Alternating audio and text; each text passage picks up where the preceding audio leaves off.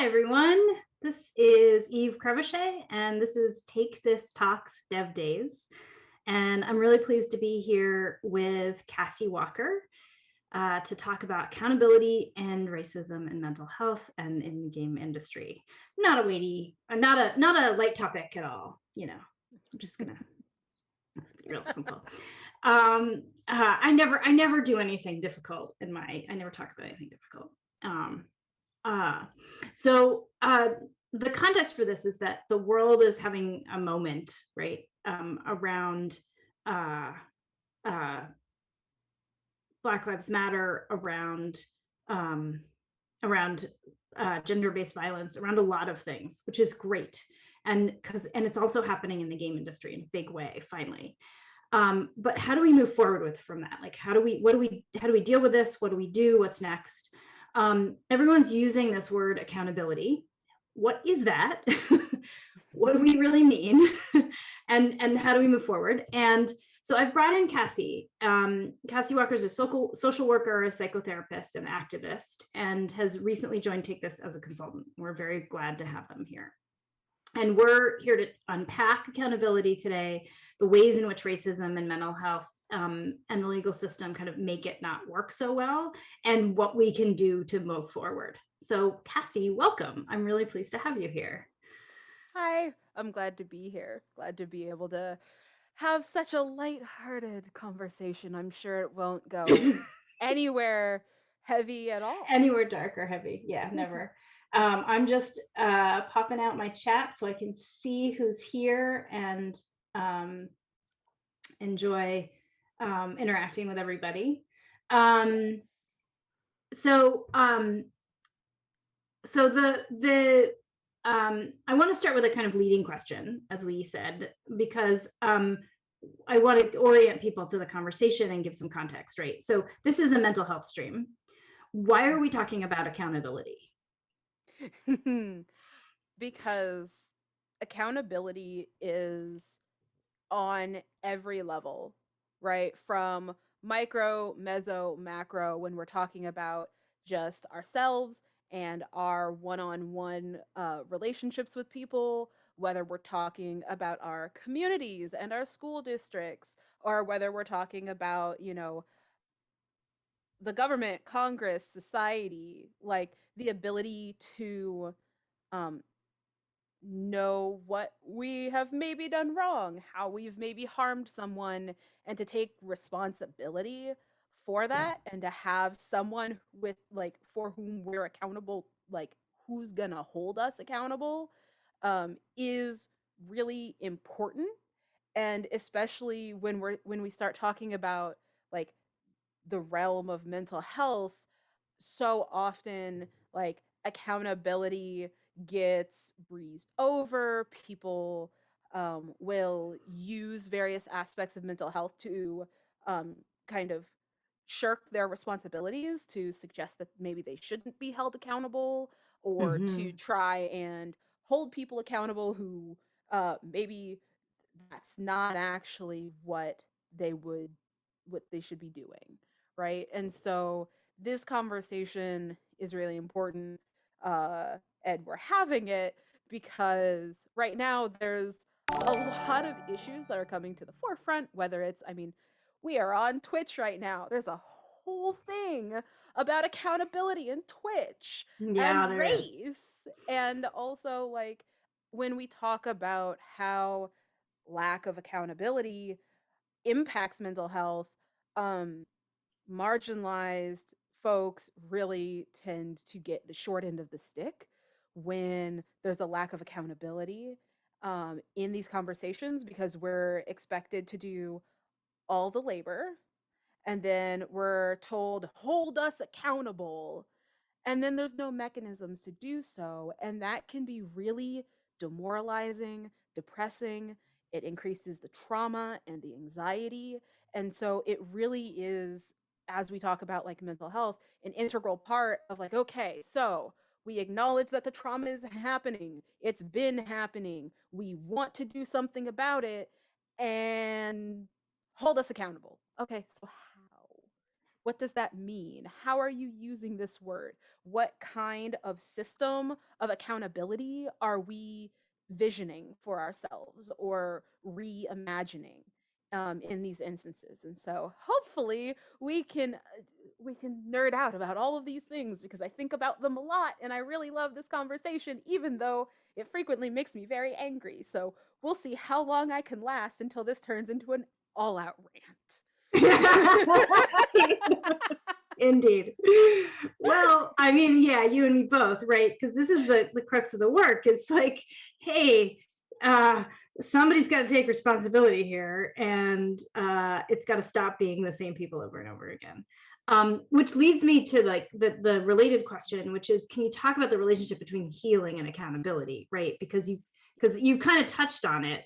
Why don't current systems work for that, and what keeps happening that gets in the way of healing or well-being, I guess, is another way of thinking about it. Yeah. So I think one thing that I want to lay out now, whenever I'm talking about things, um, uh-oh. Oh God, somebody is already asking a CBT question. We will We're get to gonna the CBT question. okay.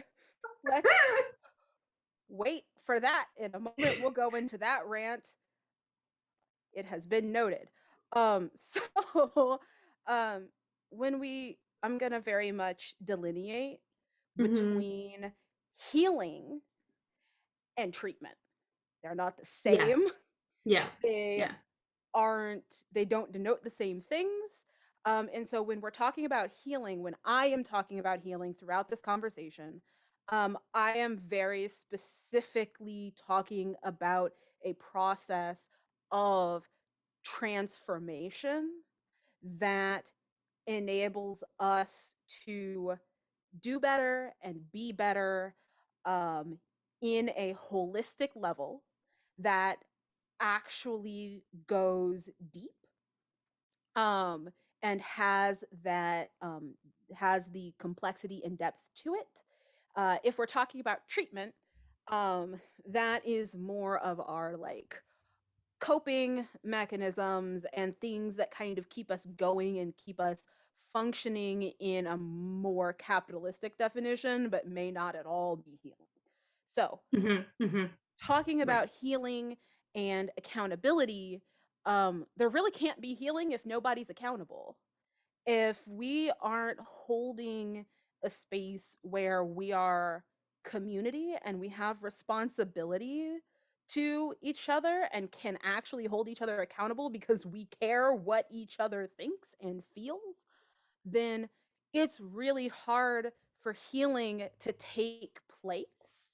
Um, and so that is why it's so integral because if we want to heal, we can't just say, just forget about it. It happened 400 years and all of these other kind of issuance of dirty pain as Resma Menakem terms it, right? This idea of like Mm. instead of facing the actual pain that is there, we do all of these things to obfuscate, to say, oh, it doesn't really matter, we're all good, and then it turns into dirty pain and we're hurting people again.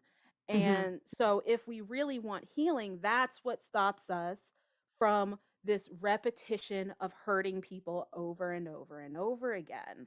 And being accountable means that in some level we have an agreement that we as a family, that we as a couple, as a society, as a community, as a gaming company care what each other thinks and not just on a hierarchical level of like it all flows up or it all flows down, but that there's actual interplay.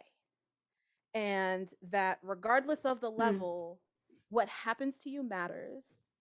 And we want to and need to understand and remedy that in a way that isn't just, oh, you're fired. Oh, get out. So, Right, right. So There's a question here that says, am I correct in hearing that it's hard to heal without accountability? And essentially, yes, that's it. That true healing has to come um, with essentially the honesty of accountability. Yeah, and I want to be clear in that right now I am definitely speaking in an interpersonal, like communal kind of a way. Right. I am a firm believer that there is a large expanse of individual healing that can happen, that is in some ways very vital, um, to the overall healing process. But at the end of the day, if we want to heal our societies and our world, then communal healing is really important. And that's Yeah. not going to happen without accountability. I mean, I think about this, Cassie, in a very personal way because I'm a very privileged upper middle class white woman, and for me to go through my own healing process, I go to therapy on a regular basis. It's very easy for me on some level. It's not. I mean, it's not. It doesn't feel easy in therapy, but like, it's easy for me because I have society's made for me, right? So all the resources are there, all of the validations are there for me for the taking, and all the ease of security, income security, food security, housing security, all of those things are there. They're baked in for me, right? So I don't have to think about any of those pieces. I don't have to think about uh, uh, safety even on the street, right? Because I live in a nice white suburban place, and so that kind of that kind of access, like, that's part of accountability too, right? On some level, that's like society, cultural level, society level accountability. Is that true? Yeah, because right, what did it, and I won't go too far into this. I think this could be another thing, but like what did it take for your suburb to exist? Yeah. How many Right. people were disenfranchised, oppressed, removed from their land, forced out, redlined, all those kinds of things? What did it take to make this safe white suburban neighborhood, right? Yeah. What are we defining as safety? And what does that mean for the people who aren't allowed there? There's, when we're talking about that societal level of accountability, especially in the United States, right? Like there are even levels to that, right? I am in the north side of Chicago, so I am on Kickapoo land. And Chicago actually has like depending on which side of the city you're on different native lands that were Mm-hmm. taken, Yeah. and some of them very bloodily. And so what does that mean, right? To For me to give that land acknowledgement that I am on Kickapoo land, that the lands of the US are basically all ill-gotten goods. Mm-hmm. And what does accountability mean for me as a Black person who was promised, 40 acres and a mule? 40 acres of what? If we're really being decolonial here, that land isn't the United States government to give in all Right. actuality. Yeah. And so there are so many layers that we could get into. And that's a bit beyond the scope of this conversation, A little but bit. yeah, but is still a piece to like consider, as we're going through this, of like who are we talking about being accountable to, right? And how those systems end up getting set up, right? Because there's a huge difference between what we can do if we're talking about, holding a company, Yeah. holding accountability of like CEOs to within a company, right? And how can we make sure that the workers have the power to hold their leadership accountable, right? That's going to be a very different kind of mechanism and conversation than if we're talking about, um, how do we embody accountability in an anonymous online community. Mm-hmm. Mm-hmm. That's really instructive. Thank you for walking me through that. With that level of specificity. So I want to get back to that CBT question, but I think uh, let's first dive a little bit more into accountability, so that we have that groundwork and shared language. Does that work for you? Yeah. Okay. Because you and I have talked in other contexts about the relationship between accountability and community building, which I think is really topical to where we're going here. And you sort of have already said it, that being in community creates those the necessary relationships that allow for accountability, right? Can you talk a little bit more about that? Because I think actually that goes to the root of why where we're gonna go in the CBT conversation, Yeah. right? Yeah. Yeah. So, because I'm also seeing this question, and Jennifer here Yeah. Because bringing a oh lot of good yeah. Oh questions. yes, she And is. so I'm gonna touch on the cancel culture thing in this Yeah. with the caveat that we will get to our first rant zone when we start talking about cancel culture, because Yes, we will. that You and me term both. is stolen from the Black community and was, yeah, we'll get there. So accountability and community, like we're so anytime we're talking about accountability, you need to ask the question, who are you accountable to, Yeah. right? If we're talking about um building communities and all these things, who are your people, right? Like, who are we talking about? Are you saying that you're accountable to your streaming community? How? Is it just the views? Is it you know, like, do they have ways of contacting you? How close knit is that? Like, what do you actually mean by accountability, right? Yeah. Who are you talking to and talking about? And what is your actual relationship, especially your power dynamic with those people, right? So, as a therapist, I am accountable to multiple different groups, and I have a handy dandy, somewhat out of date, out of touch with the real world code of ethics to help me through this, right? Um, and so I'm accountable to the state because I hold a professional license. Yeah. I'm accountable to my clients because they're the people who come and see me, and I work for myself now, so they're kind of, they're my clientele and also kind of employers in a weird Yeah. way. But I'm also accountable to the insurance companies because I take insurance. Yeah. And technically, it's them I have a contract with, not my clients, right?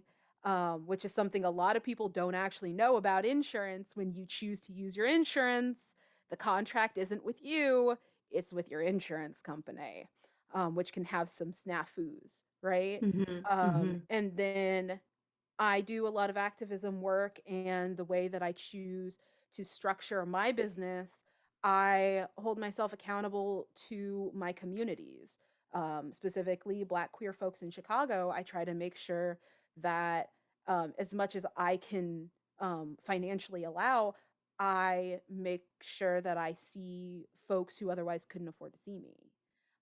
Whether that's by taking vouchers and then I'm somewhat accountable to that foundation that's giving me money, whether that's, being pro bono and then the hands of that accountability are back in the client, in a more like direct way. And so if we're like, those are all aspects, right? And then if I'm in, outside of my work, my relationships, I'm, accountable to my friends and things like that. And so as we talk about it, we need to know what are, like, who is in that network, what areas of accountability we're talking about, because we can very quickly start having conversations where we're talking about two different things at the same time, right? Yeah. Because in one area, maybe pick a company that's recently been sued. Let's say Blizzard. Um, they say that they want to be accountable. Okay, to whom? To whom, my friends? Your shareholders, or your employees, or your customers, or the state of California that's suing you? Like, who are you trying to be accountable for is really important to consider.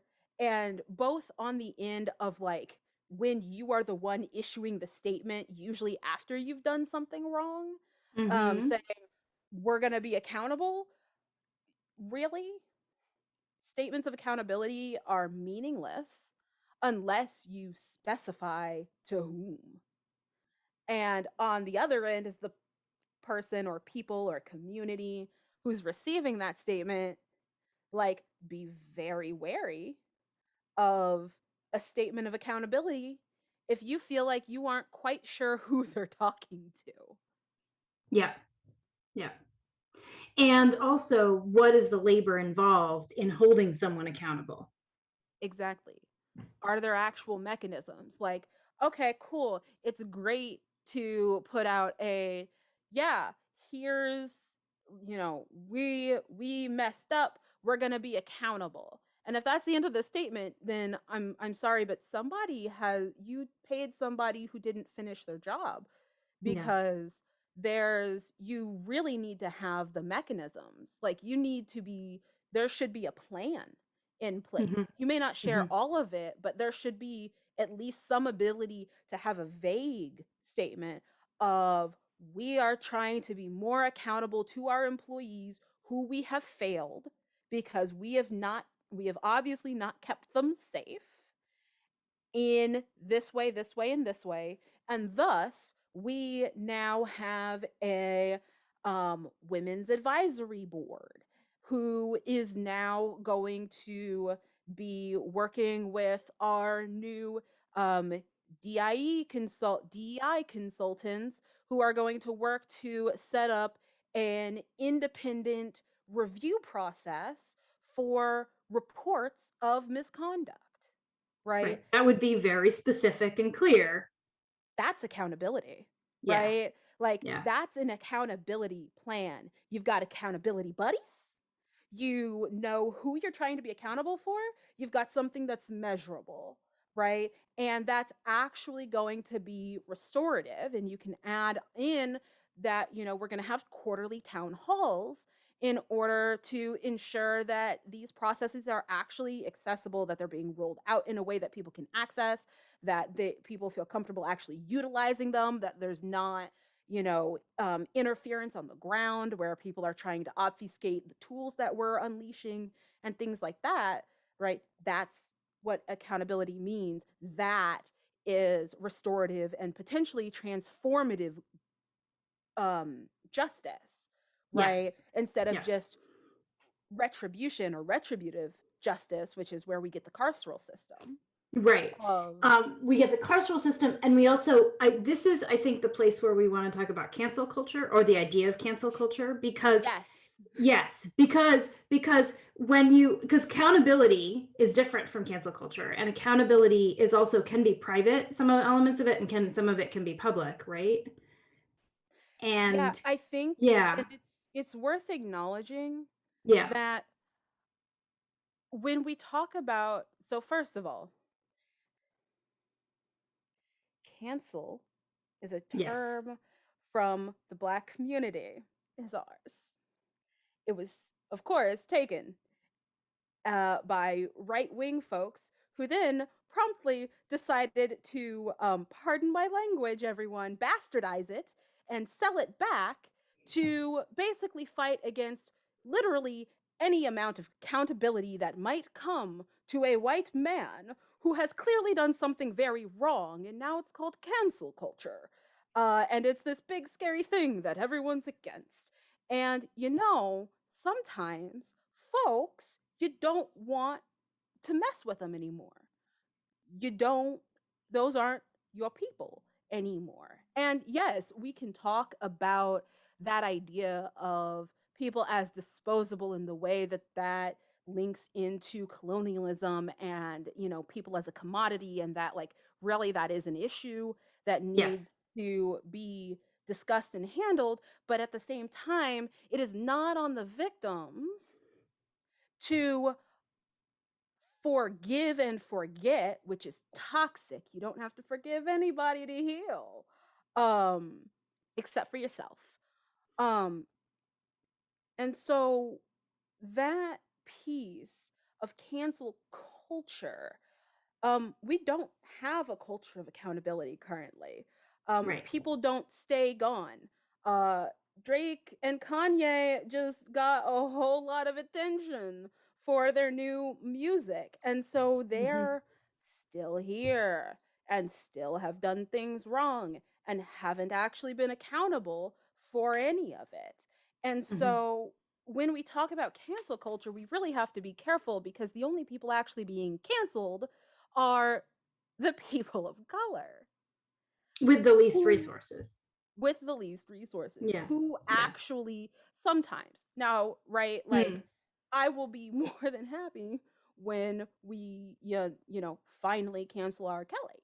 Um, and yet somehow that still hasn't completely happened. So Yeah. it kind Yeah. of isn't a thing in that Yeah. way. And there is a place for saying, hey, you really, really messed up here. You need to go. Like, Yeah. we can find, like, we will find a way, as long as you are in this with us, in order to, foster healing. But also, folks need space sometimes. Folks need that time to do some of that individual healing without having to see you in power. And that is really valid. And so, like, this idea that any request for people to, like, gracefully bow out for a moment, to give people a hot second to heal in order to figure out in what way they might be willing to engage in something more restorative or transformative with you, and to see if the tools and the labor necessary to make that happen are available, is really doing us a disservice. Because if the trust is gone and you think you can stay in power and still be accountable and heal and these things, then you're kind of kidding yourself and doing yourself a disservice.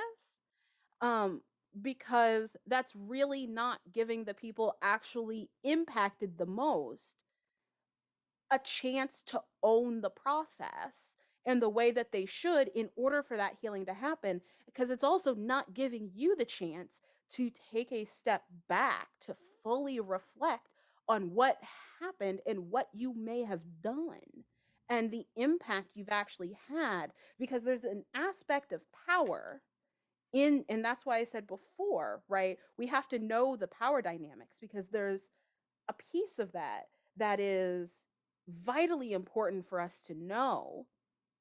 Because when you're in power, there's, especially in the US, we have this, not just the US, but like, you have to have this strong face, and admitting fault is Hmm. weakness, and also holds legal liabilities and all of these things that kind of hamstring accountability. Yeah. Yeah. Our system is not built for this, Yeah, really. because Yeah. we So have a very retributive system right now. We've got a very carceral system. And because we haven't we have not committed and gotten the resources necessary to really, truly embody a restorative, transformative system and processes, then really it ends up being like all people know to ask for is tell them to get out, mhm. because it's the only thing that we have shown that might be an option that actually yields any kind of hope or peace. Right, right. When in even if it's fact that short isn't, lived. if it, right, and in, because there's an interesting question here that accountability, the difference between cancel culture and someone having a bad reputation. And I think this is really interesting to me because, you know, I work in this industry, and so I'm aware of all these whisper networks, right? And Yep. oh, you know, I'll identify somebody who might be on a panel, and then I get, you know, oh, I can't work with that person, this person has done X, Y, and Z, you know. And this has happened many times, and I hate it. It makes me feel awful, and it makes me feel uncomfortable, and I dislike that way of adjudicating harm, right? But we don't have a lot of other resources. So if we have accountability as a you know, as a tool, how does that, how do we get out of that reputational thing, that whisper network thing, into something that feels a little bit more productive? Accountability would be the goal, and then the tools would be things like, you know, consent teams that are built to be unbiased and can work with both the person who is feeling wronged and the person who is been doing the wrong thing or has been accused, right? Mm-hmm. And I mean, that's the point that we miss in all of this, right? Is even in our retribution, we are still focusing the person who has done the wrong thing and ignoring the people who have been wronged, right? And so part of accountability, like when we get to that point and we get to restorative and transformative like methodology, is the acknowledgement that the relationships are the important thing, right? It's not just the reputation. It's not just, you know, who can work where and what outputs can and can't happen if this person isn't or isn't involved, right? And so having people that can sit down, talk to each side, and see if they're willing to work together without those people having to directly interact with each other at first, right, could be a tool towards that, right? Having a proven network, a proven system, or, you know, place to go that's like, hey, this person really made me feel some type of way. This person really did something bad to me or something that I felt was really bad. I need someone to talk to and I need help to figure out what to do next.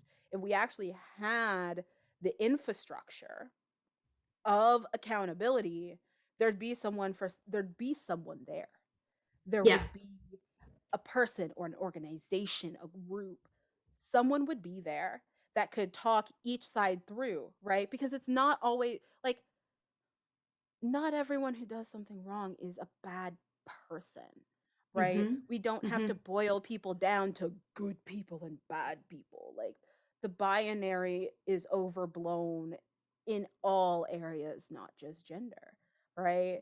Binaries generally are bad. Yeah. Go figure.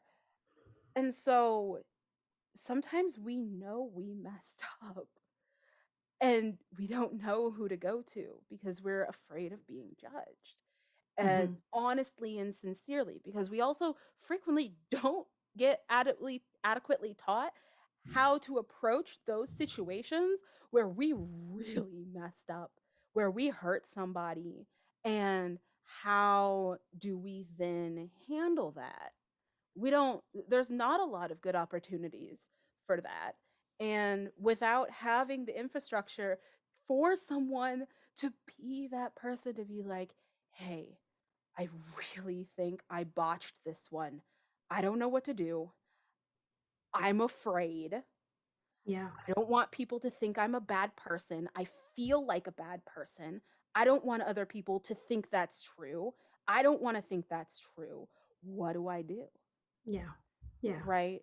Because like because people don't know how to deal with that. That is a lot of intense emotion, and there's a lot of societal pro like programming that that's exactly how we think. If you do something bad, you are bad. And Yeah. that is also antithetical to taking accountability, because then we are so focused on ensuring that we aren't bad, that we can't Yeah, do you the kind of good put up, thing. right, right. We can't do Like the good thing and acknowledge that we did something wrong. But that doesn't make us a bad person. We just need to make sure that we can admit our mistakes and figure out how to gently and consensually approach whomever we have harmed and say, hey, I know I messed up. What can I do? and that takes an astonishing amount of vulnerability and I think maturity. Like Yeah. um like I can do that kind of thing in a professional environment, but doing that with my husband, right? Right, that's another story. Yeah. Oh, that's where the defensiveness comes up, right? So I Hmm. think also like that we don't have playbooks for vulnerability, especially in corporate environments, right? Especially in professional Oh, yeah. environments, really don't. And that kind of, it takes a lot of intention and a lot of work to come to a place where vulnerability is institutionalized and supported, and there's safety around that, right? There's like a culture of if you make a mistake, it's okay, we're not going to assume that you are awful. Yeah. And I think too, it's like part of the problem there too, right? Is that we have this really weird dichotomy where we both assume people are bad, Mm-hmm. but also give the people who have proven themselves bad the benefit of the doubt. And Mm-hmm. that Yes, I makes know it exactly what you mean. Yeah. really hard when you see the people who are like, no, no, that person has proven time and time and time and time again that no, they actually are committed to doing the wrong thing. Like, for Mm-hmm. whatever reason, that is what they want to do. And that is how they want to move throughout these relationships, because they think they can get away with it, or because their entire goal is that capitalistic, like, earning, Mm-hmm. and so Mm-hmm. they don't care who they hurt. That those folks were like, oh, let's give them a chance. But once again, there's no infrastructure for what give them a chance means. Meanwhile, the smaller folks, who it's like one mistake, they didn't know what to do, they actually would be committed to a transformative or restorative Mm-hmm. process, those folks are like, nah, fired. So And yeah, yeah. I mean, one of the things I see so often across the industry, especially, I've been doing this work now for 3.5 years, and as the profile of Take This increases, I have access to higher and higher levels of the industry, right? yeah. And I see over and over and over again, I see folks saying, "Oh," and it's usually he, "Oh, he's a good guy. He's just a little rough around the edges." And when I hear these things, it is people who have power and people who have influence. And at some point, that does, it just stops meaning anything at all, Hmm. except I am afraid to wade into that because that person has too much power and influence for me to feel comfortable upsetting the cart. Yeah. And see, that's the thing, is it comes back to the power dynamics. If we really want something that is transformative, that at its core enters into that grouping of transformative justice, then the power dynamics have to be addressed, Mm-hmm. because when it's always the person in power that's the misunderstood, like, just a little rough around the edges guy, he Yeah. doesn't understand, Mm-hmm. like, Mm-hmm. when it's always that person and it's never the new hire who didn't read the employee handbook enough, like, it's not it's Mm-hmm. not that guy. He Mm-hmm. is a problem. And we Mm-hmm. do need to talk about it. And when there's absolutely no way to get that person out when they're too big to fail, Yeah. there's no accountability to be had, Yeah. Yeah. because that means you're immune.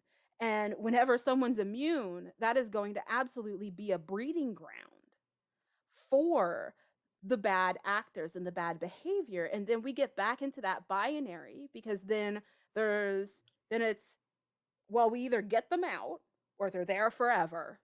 So get them out. And that is the only piece that trickles down.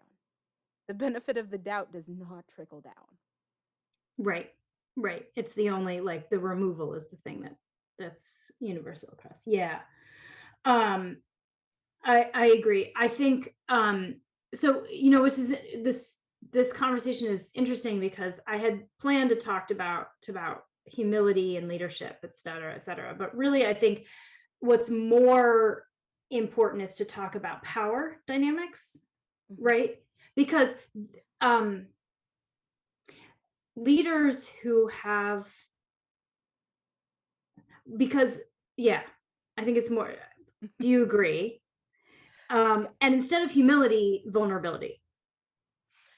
I think they're related, Okay. right? Okay. There's a level of humility required in vulnerability when you Yes. have power, because I'm not one of those people who's like, stay humble. Like, if you're killing it, you're killing it. Like, good job, go for it. We love you. I love that for you. And also, I also love for you when you mess up, that you acknowledge that you have messed up. Right. Also loving that for you. And so, like, and we don't have this right now, and capitalism does not foster this kind of power dynamic. I am not born yesterday. And also, I would love to see more organizations that have a much more communal, much more collaborative, like co-op kind of environment, where Yeah. accountability can actually be had. Because at the Yeah. end of the day, if the only people that can get a CEO or a president out are the shareholders who aren't there, and the shareholders aren't talking to workers, and there's no way for that feedback to get anywhere, that's not accountability. That's not a power structure that is going to enable you to see what's happening in your organization, right? Like, when I consult with people and they're like, "Well, yeah, we have one-on-ones." And I was like, "Do you expect everyone to feel comfortable telling Hmm. you when there's a problem with you? Hmm. Because I'm pretty sure your one-on-one also includes your employee evaluations." And Hmm. that it's the same person that is doing the evaluation a lot of times, or that is giving the results of the evaluation, that is also the person you're expecting folks to go to with a problem, but they're also most likely one of the most likely people that they're gonna have a problem with. Hmm. And you also are going to need someone inside of HR, because it is our year, 2021, and most people know that HR is not there for them. Hmm. HR is there to protect the company. Hmm. And if your problem is with someone higher up on the chain, and that person up the chain is too big to fail, then all of a sudden there's no problem. You've got Hmm. disappearing reports. You've got intimidated witnesses, and all of these other things that we've seen in so many of these places. You've got, you know, entire websites that say hold us accountable, and then give absolutely no way for anyone to meaningfully do that. Hmm. Hmm. Yeah. So outside systems, arbitration, not in the legal sense, but like Yeah. outside processes, feedback Independent systems. evaluators. Yeah.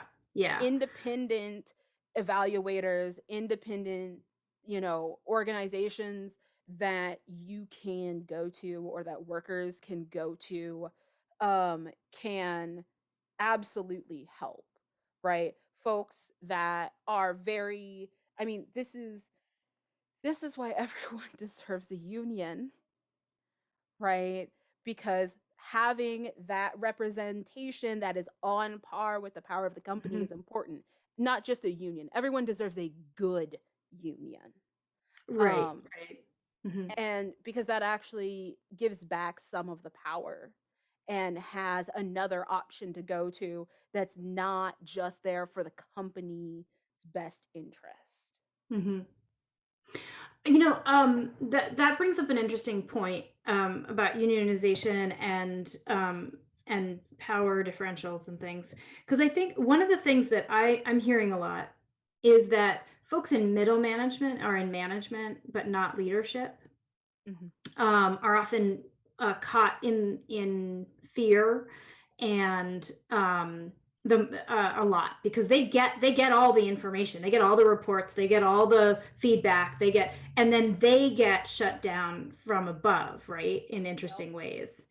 And so and the managers are not going to be unionized necessarily, right, in if unionization really happens across the industry. And Yeah. so that space of being in that middle place of being, I don't, I know what's going on, but I don't know how and why to act on it. Mhm. That's a really tough place to be. It feels like to me that might be one of the most complicated and like crux of the issue places. Yeah. Well, they should have a union, right? Mm-hmm. Or they should have their own organization because there's Mm. also a level of middle management, right? Where the key question, who benefits from this? Who Yeah. benefits from this decision? Like middle Yeah. management is those people who do end up in they're right between where they're going to either lose workers and Yep. then they have an issue because it's going to get placed on Right. them, or then all of a sudden they're the problem because the higher ups are like, no, no, no, no, no, this person is integral to our process, so figure something out. Why are you bringing this to us? And that's a problem too. Now, there's an argument for middle management is there as that buffer, and in some cases needlessly Mm. so. And Mhm. Mhm. so looking at your organization map and being like, okay, why do we have a buffer between the workers and the vice president? Is Is that a that function? Is a functional one, or is that an actual? That's just a buffer. Yeah, and Mhm. sometimes, I mean, there have been times where I have been so grateful for supervisors as a buffer because leadership was so dysfunctional that I didn't Mhm. Mhm. I found out later after supervisor left how bad it was and what I had been shielded from. Now, granted, that still means leadership is Right. bad. And that right. And so what is your organization structure actually functioning? Who's benefiting? And in all actuality, um, if the answer is the people at the top probably aren't actually benefiting because onboarding new people all the time and having really high turnover and really bad, um, employee satisfaction and a really bad reputation, is actually really bad for your business. Yes. Yes. In And fact, yeah, Ubisoft like called that out as a business risk after the expose. Yeah. Yeah. I mean, this is what's fascinating to me about this conversation is that we all know this stuff is bad, right? And people recognize it as a major financial risk and as a stability risk and as a risk of losing like expertise and capacity basically at the business level. And yet it still continues to happen over and over and over again, right? well, that's the thing though, is when we talk about capitalism Yeah. and the system of capitalism that we are now in, this really ridiculous end stage capitalism, Hmm. um what is bad or what hurts isn't enough. It's got to hurt now. And Right. so shutting it up always has the possibility of never having to deal with it. And that's where we come back to this clean pain, dirty pain dynamic Mm. of, well, we could deal with it, but that's going to hurt. So if we don't deal with it, maybe it won't hurt. And because humans psychologically are actually really bad at risk management Yeah, and an assessment. Yeah. and things, as we have seen in this whole pandemic, risk assessment is not one of our skills. Yeah. Long-term gratification and like delayed gratification, also not one of our most glowing points. And so when we're talking about uh, bottom line productivity, shareholder payouts, like that's what's the most important. If it doesn't hurt now, it doesn't matter. Hmm. And it's really hard for it to hurt now because there's no accountability. It would hurt now if there were accountability. If Hmm. the relationship mattered, it would hurt. But because people are seen as commodities and people aren't people anymore, right? Then all like HR, we've gone from HR meaning human relations to human resources. And now, oh God, I forgot what the term was. I've heard another evolution of the HR Mm. department into something even more as though they're not dealing with people. And that that evolution there tells you all you really need to know about how we are conceptualizing the people who work in these companies. And that's even without looking at the grind culture and looking at the forced overtime and all of these dynamics that hurt people, which means it hurts your ability to hold on to people, which means it's going to hurt your creativity and your bottom line. You know, maybe that's why certain big companies keep releasing the same games over and over. Um, but what else are you going to do if you can't hold on to people? Hmm. And if Hmm. it's seen as more lucrative to stop seeing people as people, then that's how we get here. There's no need for accountability if the relationship doesn't matter. And Yeah. that is a organizational choice. Yeah. And at that point, it's having to, you and I both know when you talk to companies, if they're not interested in changing their organizational choice, your hands are kind of tied with how much change can actually be affected. Yes. Yeah, that's absolutely true. That's absolutely true. And Yeah. yeah, because it doesn't leave much room.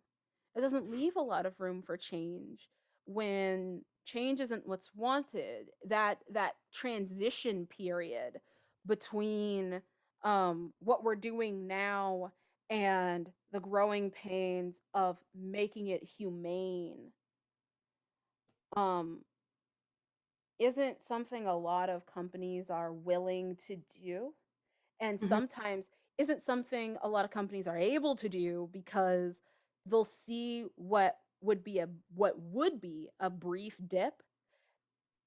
Whoever controls the board freaks out, and then the plug gets pulled.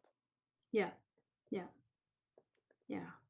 I mean, I think, we're talking in very absolute terms about the industry and stuff. And honestly, like I talk to a lot of folks who are trying to do it right and who are doing it right. There are companies where this is going well. In general, they are smaller, right? This is very Mhm. hard. This kind of community building and this relational perspective is hard to scale.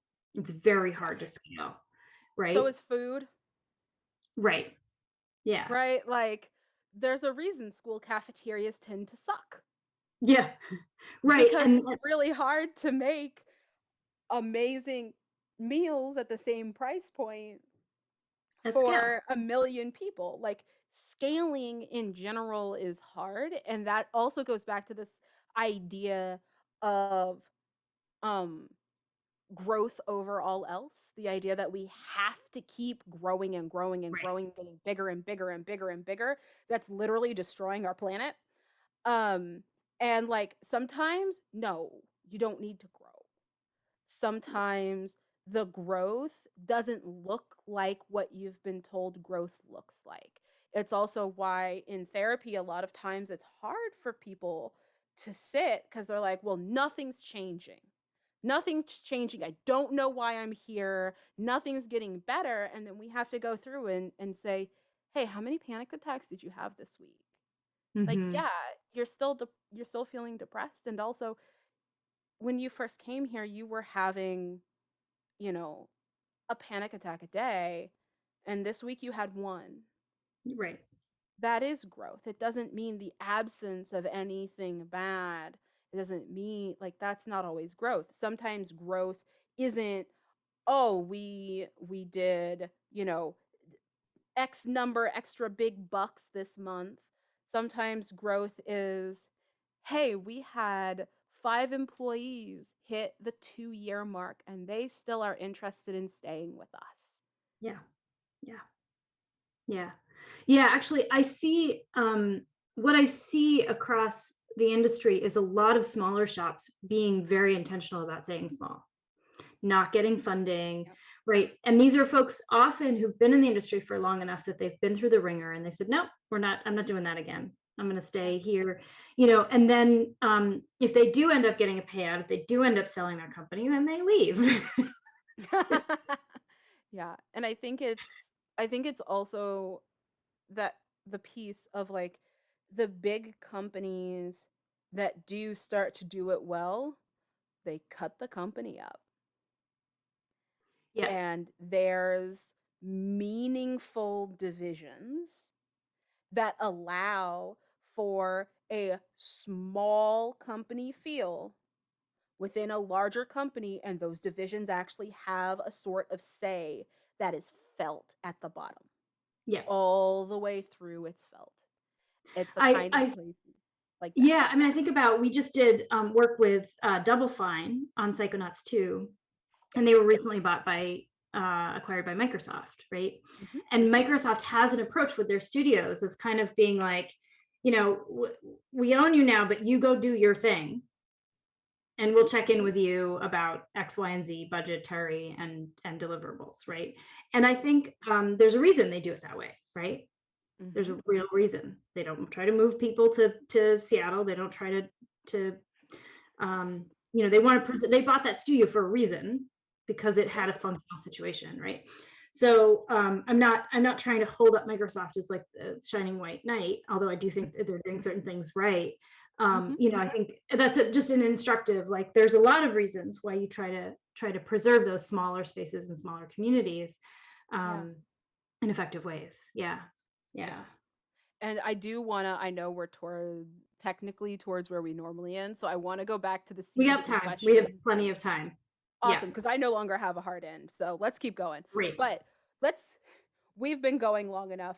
Bring back the CBT question. What was Yes. that? Yes. So the question was, basically, is CBT why I've heard that CBT is considered racist. Yes, it is. Yes. Yes, and why and how. And what's I know, and for context here, I know that you and Dr. B have been having this conversation on the side as well, and he has thoughts about it too. So I'm hoping he's around to jump in. But yeah, Yeah. CBT is something that actually can be racist in the sense that it causes one to maybe try to accept things that shouldn't at all be happening. That was the question. Yeah. Okay, cool. So, I'm sure we've said this before. Let's go ahead and come back in here with disclaimer. Yes, I am a mental health professional. I am not your mental health professional. If I am your mental health professional, great. Hi clients. Not right now. This is not mental health advice. If you are currently getting CBT as your therapeutic modality, and you like it and it's helping you, more power to you. This is not meant to degrade your treatment. I'm about to be real harsh in a minute, but there is a place, there's a time and a place for many things, and there are a lot of people for whom various forms of cognitive behavioral therapy, which is what I mean when I'm saying CBT, um, has assisted them, and not denying any of that. Um, but uh, I hate CBT. It's trash. And I elect not to very much use it because I really dislike it. I work predominantly with Black queer folks and other both queer and folks of color. And cognitive behavioral therapy, like many short term evidence based modalities, um, really miss the mark, in my opinion, because they are incredibly capitalistic and incredibly racist in the viewpoint of the world as something that is individual and where you control essentially everything. It's a very hyper individualized modality. The behavioral therapies in general, right? Like they all stem from the tree of, if you can act like, the past doesn't matter.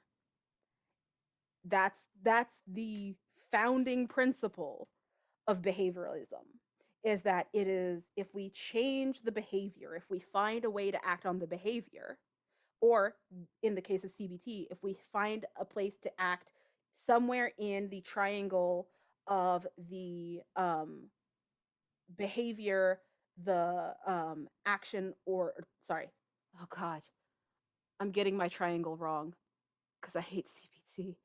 Dr. B, Oh please yeah, post the thought triangle. The that thought, the the behavior, and because it's, no, because it's belief, ABC. belief, So it's belief. action, That belief. Thank you. It's the belief. The action, there we go.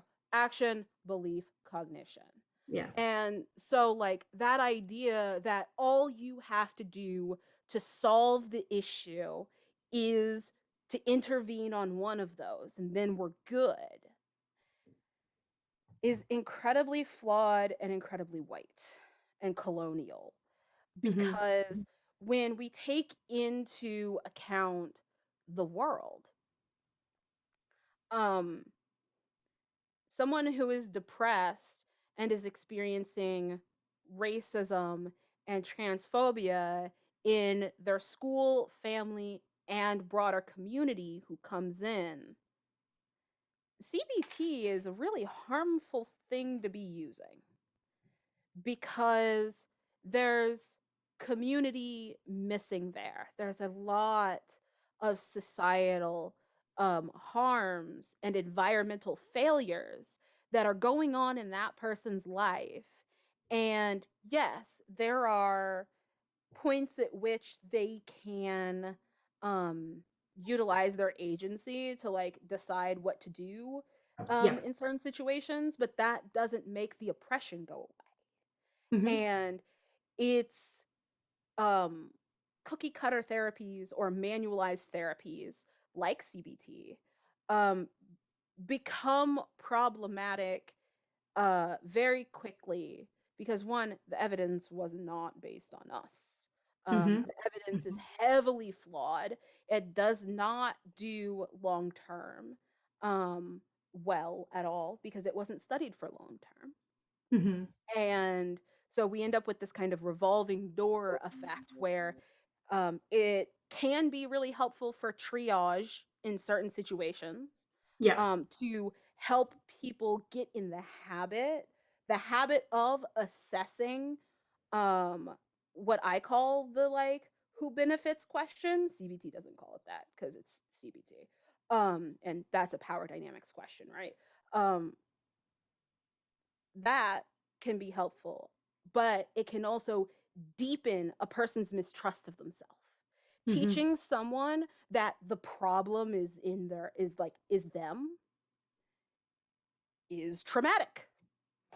It's Mm. probably part of the core issue that's bringing them in, that is, you know, influencing the patterns that are coming up. And so if we utilize that and only that, and we think that the past doesn't matter, we're missing like a lot of stuff. And it's a significant problem. because that's where we go back to like CBT treats stuff. Hmm. I have my um opinions that it does not heal. It's not a healing So we're modality. back to that treatment versus healing Yeah. conversation. Yeah, I mean, I think this is a place, where I mean, I'm not a clinician. I'm not trained in mental health in any way. But it's been a real evolution for me. Coming in to this work, I was really, everybody was like, well, CBT is the gold standard. That's how you deal with anxiety. My daughter has anxiety. I've had this conversation. Yep. And and so I, it's like, uh I but I think Sised, here's how I'm not making much sense yet, but I tend to think systemically, and I think a lot about systemic oppression, right? And for me, it's like I keep coming back to, and this is a conversation that became much more common among white people during the pandemic, which was, Mhm. if you are okay during this time of pandemic and upheaval and et cetera, then you like uh like if you're not okay during this time of pandemic, like of course you're not. Who would be? Like it's weird if you are okay in this context, Mhm. right? Like this Mhm. is a shitty situation and it's a complicated one and it feels hopeless in a lot of ways. And it's like, we're not we aren't really having the conversation that we need to have yet.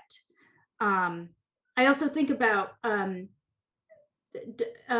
B was talking to me about the onset of schizophrenia and other like um, psychiatric disorders um, Yep. in certain societies, right? Non-Western societies is Mhm. more severe, more acute, but then and tends to last, go away more quickly and be healed because Yes. there's a community around this person, right? And I Yeah. think about the stigma and ostracism that exists around these really major psychiatric disorders that removes people from society, that Mhm. becomes a problem and pathologizes it. And uh it's so, it feels to me like we still like there is mental illness. It exists, absolutely. Like brains are different, and some of them are different in ways that are disruptive, right? But like the context in which that exists, in which that's healed. Mhm. Well, also though, Yeah. disruptive to whom? Yeah, right. What are we defining as disruptive? Because Hmm. that also is a massive big red flag for me is I love my field and I love what I do, and that is why I am so critical of it. I really dislike CBT. I dislike the DSM. I really disagree with the fact that we warehouse folks, and since we decided that asylums were bad, we decided to just do it in prisons. Yeah. Um, and the research coming out today, the news um, is the diagnosis the overdiagnosis of schizophrenia in nursing homes, despite the fact that um, the diagnoses are being diagnosed and antipsychotics are being prescribed at alarming rates, and yet the hallucinations and delusions and other hallmark symptoms of what we call schizophrenia um, aren't increasing. Right. And so all of these things, these differential diagnoses and these kind of what's called severe persistent mental illnesses, and these experiences that we really demonize in this country, and then like shove people away and say, oh well, now you're useless for the rest of your life. And it's like, well, that's really a problem, because I know a lot of PhDs with schizophrenia. Yeah. That's interesting, and they're still publishing, and they're professors. And like, I have psychotic experiences sometimes and am bipolar. And so That's really interesting Yeah, because yeah, I do a lot of stuff and I am actually not on medications. And bipolar is one of those things where it's like, oh, well, if you have bipolar, you have to be on meds yeah. and it's for the Hmm. rest of your life. And this is like, this is another piece where like we get back into accountability. What does it mean to be accountable for your treatment? And what does it mean for society to take away that ability? Mm, What does it mean to be in a society that says, oh, you're hearing things, um so we're going to lock you away over here because that freaks us out and we don't know what to do with it, versus um cultures and societies that embrace that person, that maybe see that person as a very important member of the community who now is destined to be an elder because they can connect with the hardship. We can talk about the like glorifying and all that kind of stuff, right? But it's also that piece of that means that person still has a community around them. yeah, That yeah, means that they're not just out here being being traumatized by police, being taken advantage of. Now, there are plenty of abuses that happen both here and in all kinds of other cultures. And yes, so I'm not saying that like, oh, it's only the white countries, it's only like the Euro-American folks that are bad or anything like that. Like it's scattered throughout, and also we do have the research that says folks with what we call severe persistent mental illnesses do better in community. They yeah, do better in affirming community where they feel as though they have support and purpose. And that purpose doesn't have to be capitalistic, but because we define it to be that way, and because we aren't invested in relationship, then we throw those people away. hmm, hmm, And then they're in a nursing home at the age of 26. hmm, yeah, Wh- yeah, Why? yeah, Why would we do that? hmm, Who is that, once again, who is that benefiting? It's right, short-term thinking that, in all honesty, if we looked at it collectively, it does not benefit us. It may benefit the people in power. It keeps those people away from voting. And those people tend to be people of color, people with varying identities beyond just the mental illness. yeah, Because yeah, who are the PhDs I know that are teaching and that are PhDs and doing all these wonderful, amazing things? By and large, guess what? A lot of them are white. yeah, yeah, A lot of them come from families with means. yeah, A lot of them had that network. Not all of them, granted. I didn't have that. hmm, And also, though, like, it's that there is a break, there's a fracture in mental health hmm, where past this certain line, all of a sudden, like, all the materials about, like, your diagnosis and stuff, they stop being directed towards you and they're all directed towards the caregivers. mm, Right? So hmm, when you mm. get depression literature and you get anxiety literature and things like that, It's it's directed towards the person themselves. it's all, so you have a diagnosis. When you get to schizophrenia, Hmm. your loved one has been diagnosed with schizophrenia. Here's what to do. And yeah, we need caretaker education is vitally important.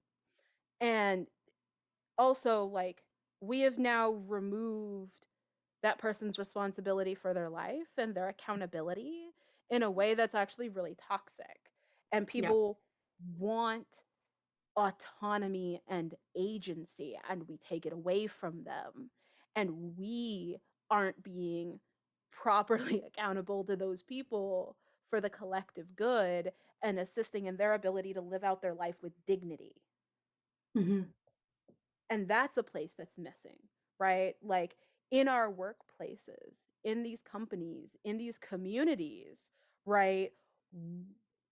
What does it mean to be to have people there who do have different abilities? And Yes.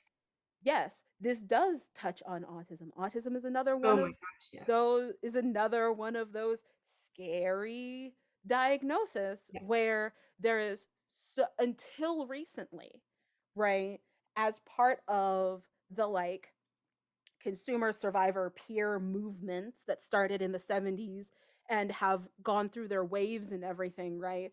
We're kind of in a period of very, very visible autism activism by people with autism. And it's Mhm. beautiful. And I love it Yes, it is. Yeah. because there's no reason to say, ah, well, this kid's a throwaway.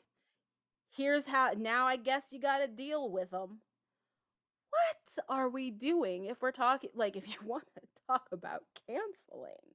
My God, like that. Yeah. That Yeah. is hyper disposability.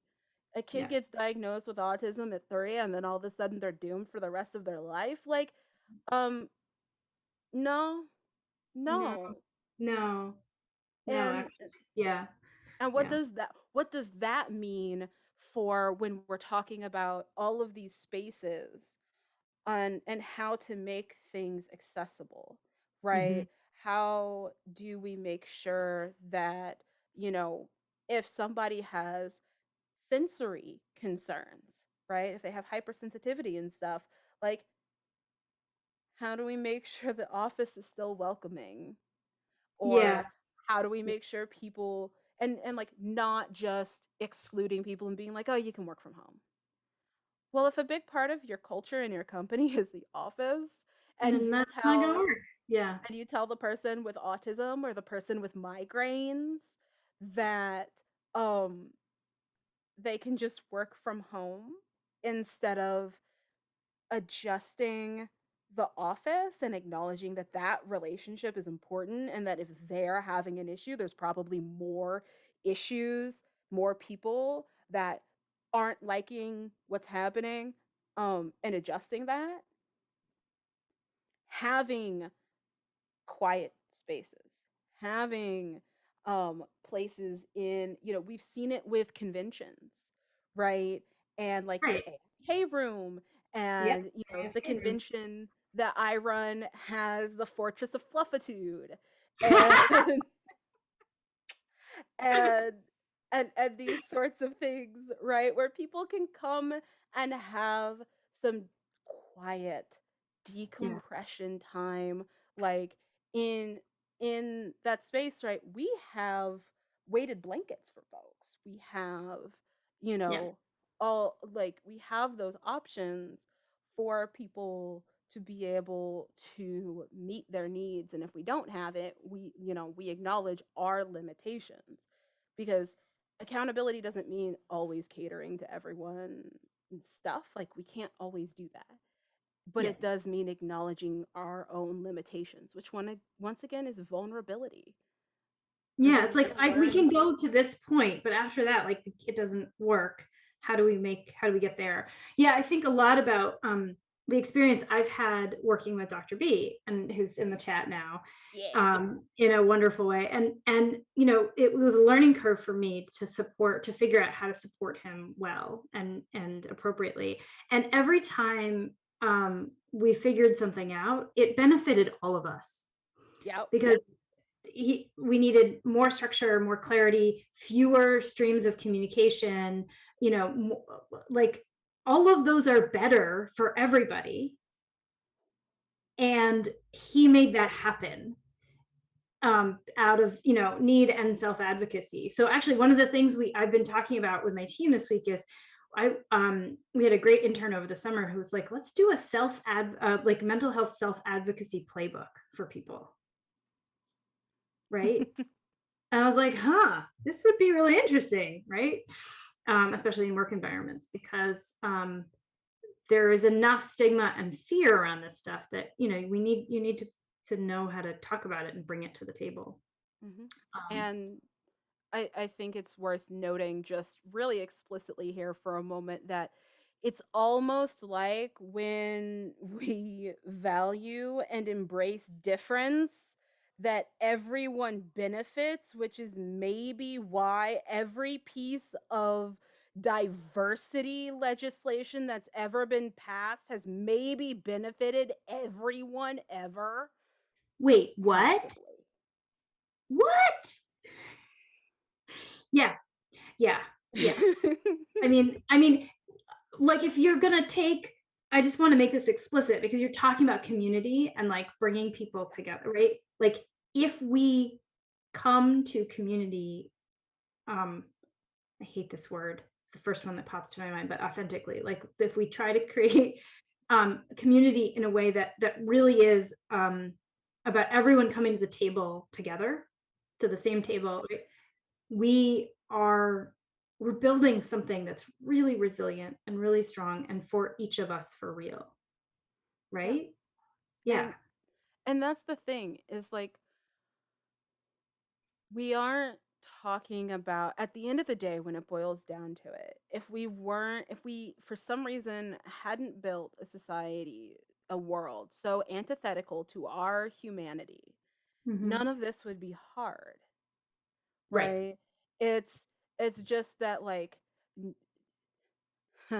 neurotypical behavior has got to be the most bizarre thing I've ever encountered in my entire life because there are so many rules that no one knows. And you have the people who have, like, who don't understand those rules and who struggle to learn them. Like, you have them as the ones that are wrong, but no one else is questioning why communication is a bad thing in relationships. But then you're paying thousands of dollars to a therapist to help you communicate, and you've never considered it before. Like, I cannot tell you the amount of times that the words, "Have you asked them?" comes out of my mouth Hmm. a day, Hmm. because direct, explicit communication somewhere along the line um, became bizarre and offensive. Hmm. And I will never understand it because um, when people are direct, like when I am direct and say what I mean, people are like, oh, thank God. I never understand subtext. And I'm like, You shouldn't have to. wait, so then why are you all doing it? Yeah. Yeah. Like, why are we all acting like this is the typical thing instead of empowering ourselves to say what we mean, to be able to ask, "Hey, do you know that that thing you did is really dickish? Like, were you trying to be an asshole there? Oh, no? Okay, just so you know, really rude, man. Right. Maybe don't do it again." Hmm. And for some reason, like, people are like, "Oh, I could never."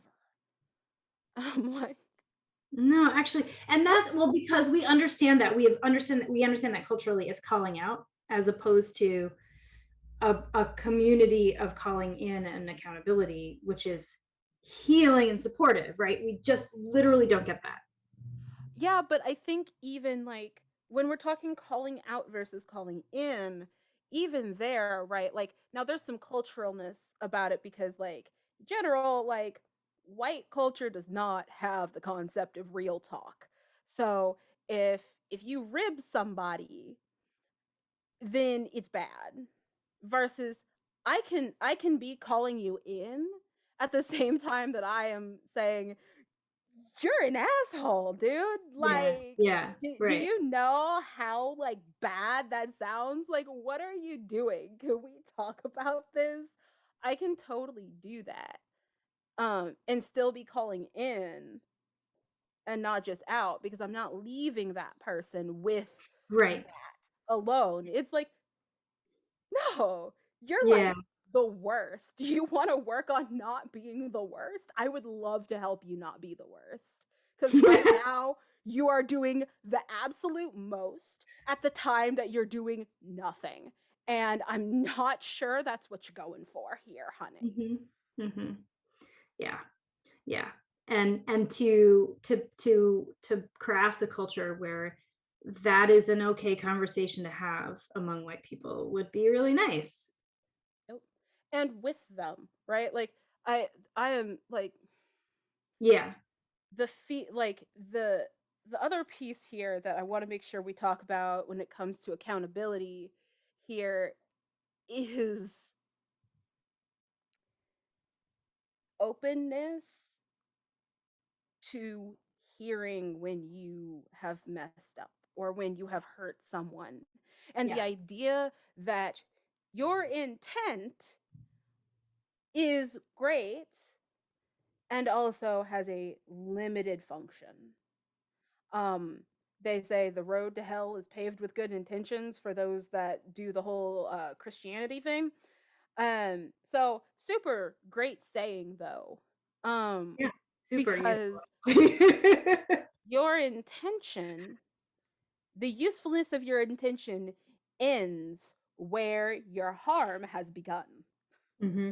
Like, I don't care if you intended to cure world hunger. If you murdered a bunch of puppies to do it, you might need to be accountable for Reassess. some things. Yeah, I think about this. I hesitate a little bit to bring this up because it's very personal. It's all about me, but I think it's instructive because it was an instructive experience for me. Mhm. I have a very, very dear friend who is white, um, who's married to a black man, and we were visiting. We were in the same space for extended period of time, and at the end of that, I was trying to have a conversation with her in private, and um, my husband, who's white, and her husband, who is black, came into the space and like asked her to do something and broke it up. And I reacted horribly. I got really angry and I started yelling. And it was bad. And the the upshot of it was that this guy was really upset uh, and insulted, as he should have been, right? And what I had done was crappy in an emotional way, but it was also, and there was a lot of reasons why that happened. I don't need to get into them, but also he was in a space that was I was comfortable in with my family, and but he was not. And he said he took me to task later and said, "Listen, like as a black man, I could never have reacted in that way. I was not allowed to, and I would have felt unsafe. And you didn't even have to think about that, right? You didn't even have to think about that kind of safety." And it was a major learning moment for me of like, holy crap, I act with impunity and safety in spaces where other people cannot. And um and like the cost it to him to have to point that out to me was another layer of harm, right? Yeah. Yeah. Yeah. And like it's great that you have the kind of relationship where he was willing to do that labor. Um Yeah. and also we as black folks are trained to do that labor for white people, Yeah. especially white women.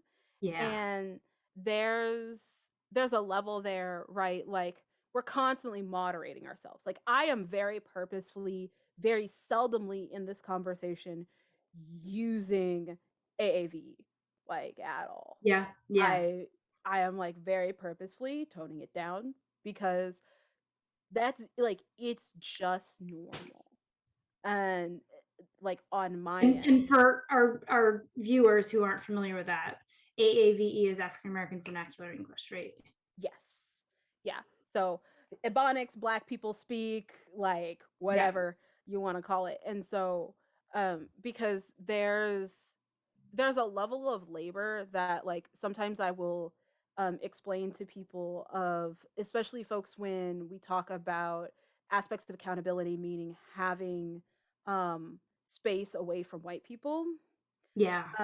or away from cis people, um, because there's an amount of labor that goes in instantly of like the waiting, like bracing yourself, knowing there's going to be something, knowing that there's a specific like dialect that you need to make sure you mainly stick to, switch in.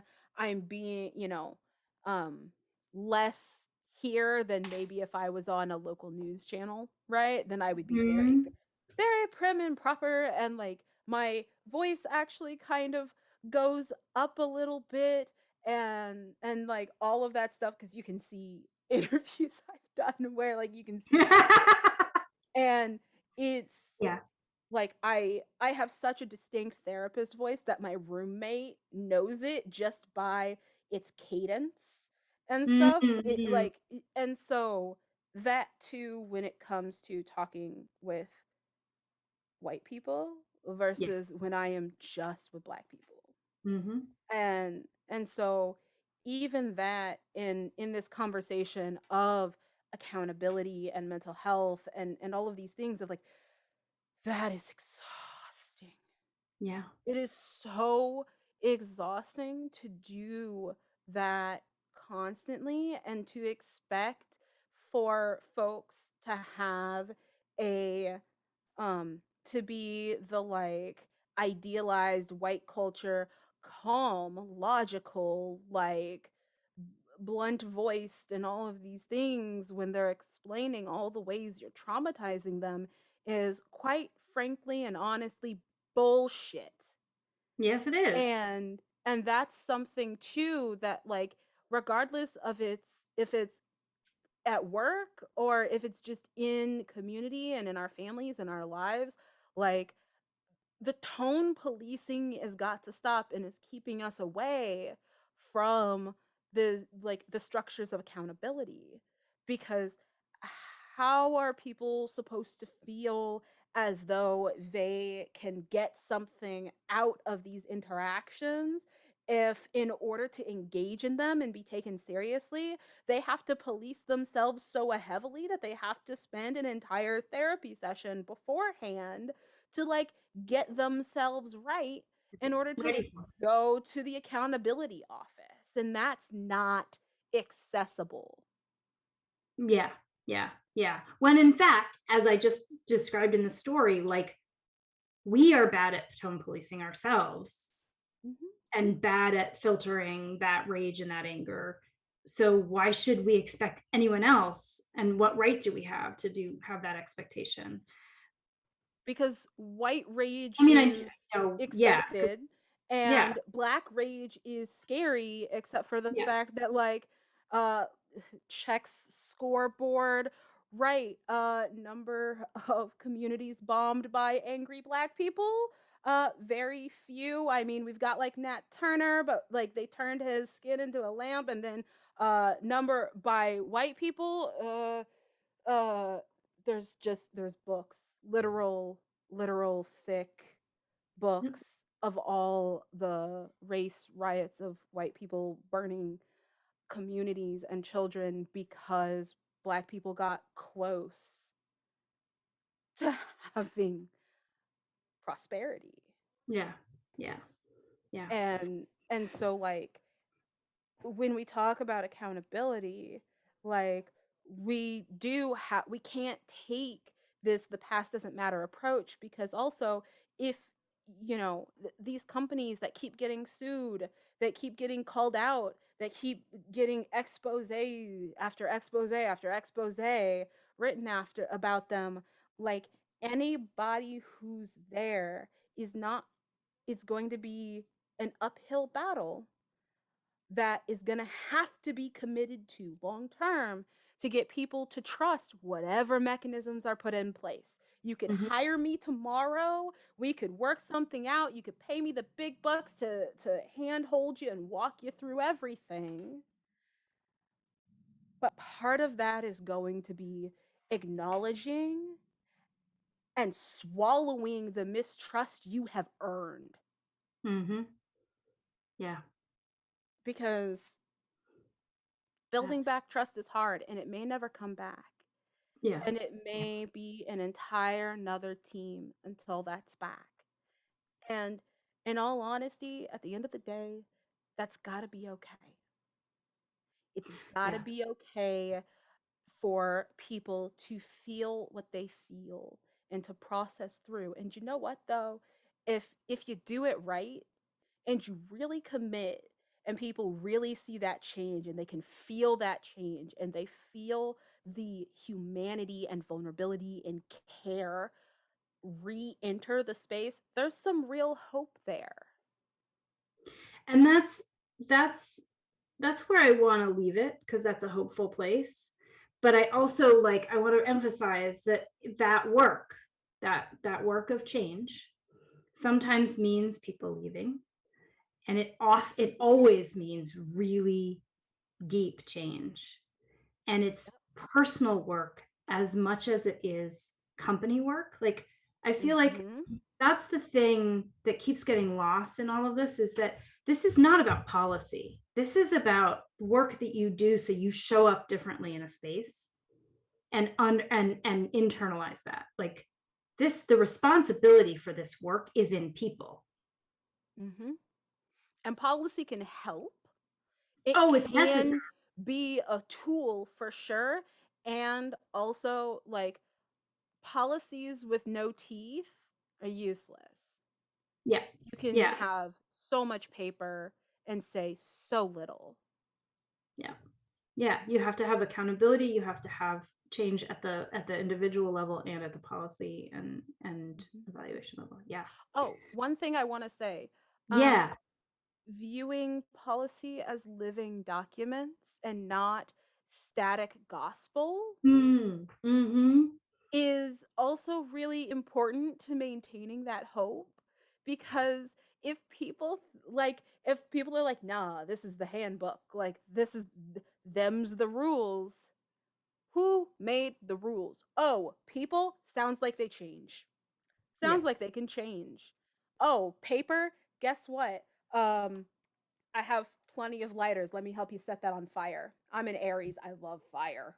Like, if it's not working for the right people, and if we don't agree on who the right people are,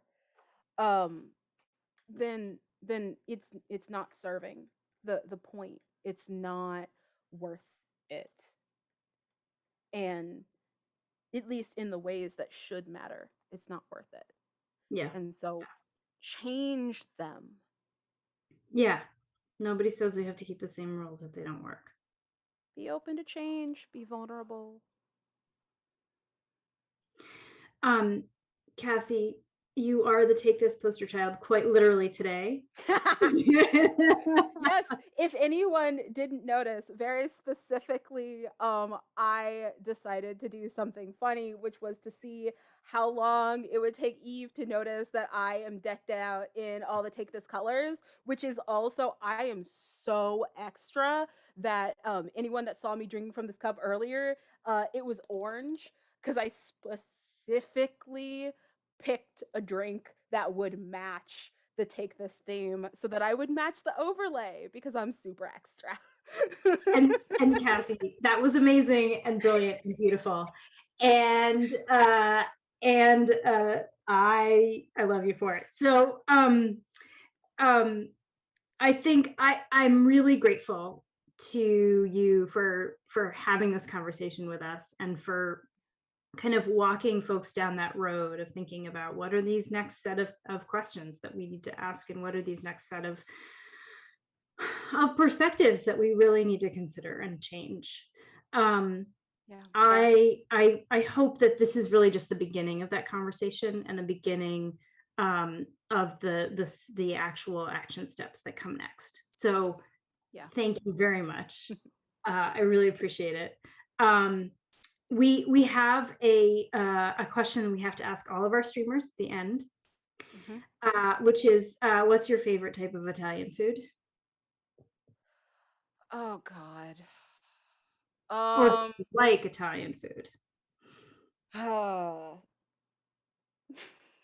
gonna make I'm gonna Yeah. make so many people angry. Okay. All right. Here we go. Yeah. So I think my favorite type of Italian food would probably be lasagna, but also Italian food is the most overrated. No, French food. But Italian food's like the second most overrated food. I am so sick of the colonialism in food rankings. Um, Please, people, let's talk about like African cuisines and like South Asian cuisines and things with flavor because different pasta doesn't taste different. I got in a fight with an Italian dude one time who insisted that different pastas had slightly different tastes, and that's it's both the shape and the taste of the pasta of why different sauces are supposed to go with different ones. And I was like, bruh, you got no diversity. Get out of my face. Like, listen, I cook a lot. And you know what? I can cook a bomb Italian dish with like 5 things. Do you know how much, like, how many spices and how much elevated profile I need to get my Ethiopian dishes right? Like, nah, bro. Like, Italian food is basic. Y'all basic. So, level up. I Let's get thought you some were going to say world this. cuisine and let's go for it. Also, pumpkin spice ain't basic. Do you know where those spices even come from? Come on, people. Leave it alone. Just because some girls in Ugg boots like what they like. Well, the thing is that like I'm not a Starbucks person. Pumpkin spice like that just doesn't work for me, but like Mhm. chai and um and spiced coffee, like yes, now we're talking. Fun fact about chai. Um, is it just means tea. Yeah, I know. I So you know. probably actually are meaning like the spice blend that you're probably Spice. talking about is masala, I Yeah. believe. And even Well, that I is don't think like it's masala. general. I don't think it's actually masala that's used in spiced tea in India. I think it's specific things. I don't think it's a spice mix from what I know of my from my Indian friends who've served me Yeah. their chai, but yeah, it's good and it's Yeah. spiced. I like spiced tea and spiced things in general. But yeah, no. I like making people angry with my hot food takes. And also my hot food because I make Nigerian and Ethiopian food.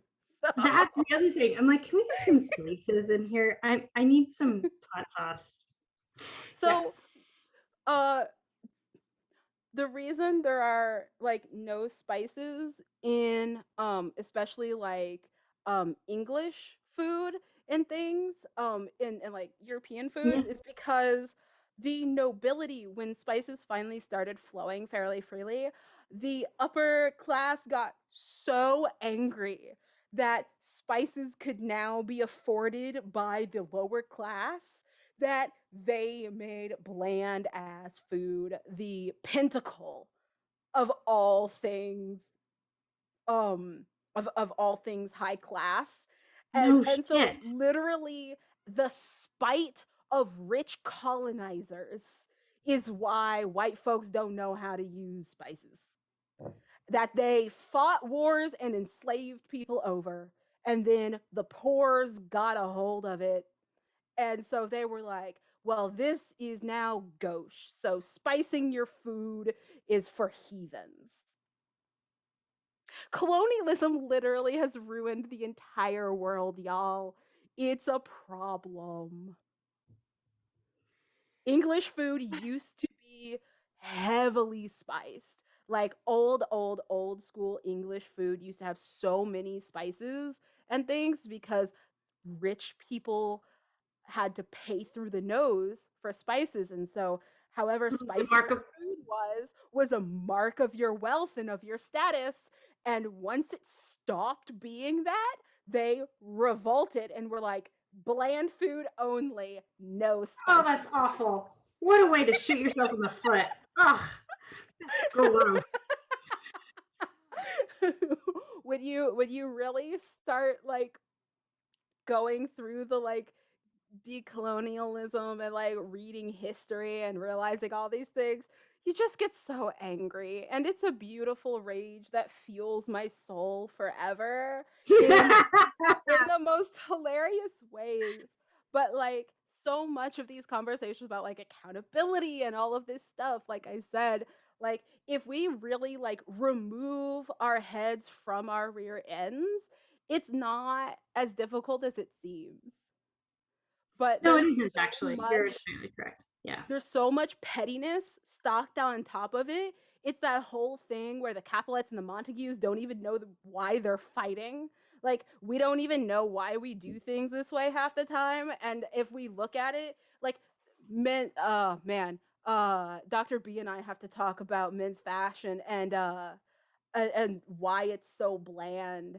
And Boo Brummel, that's his name, Boo Brummel, and how he ruined men's fashion for the next like several decades, all because he like couldn't afford the colors and decided to be petty and called a bunch of people names and convinced them that bland stuff was the height of propriety and that it was all about getting about like doing this simple stuff but taking forever to do it.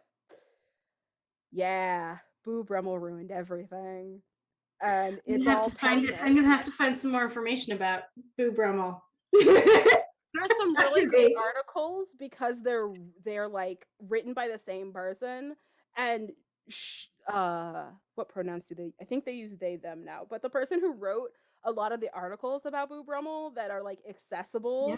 all the like pop articles about it, hates him. They hate him. That's great. All right, I'm gonna go do a little research project. But I should stop. We're like super over. But I could just all day on the ways that colonialism has ruined everything for everyone, especially white people.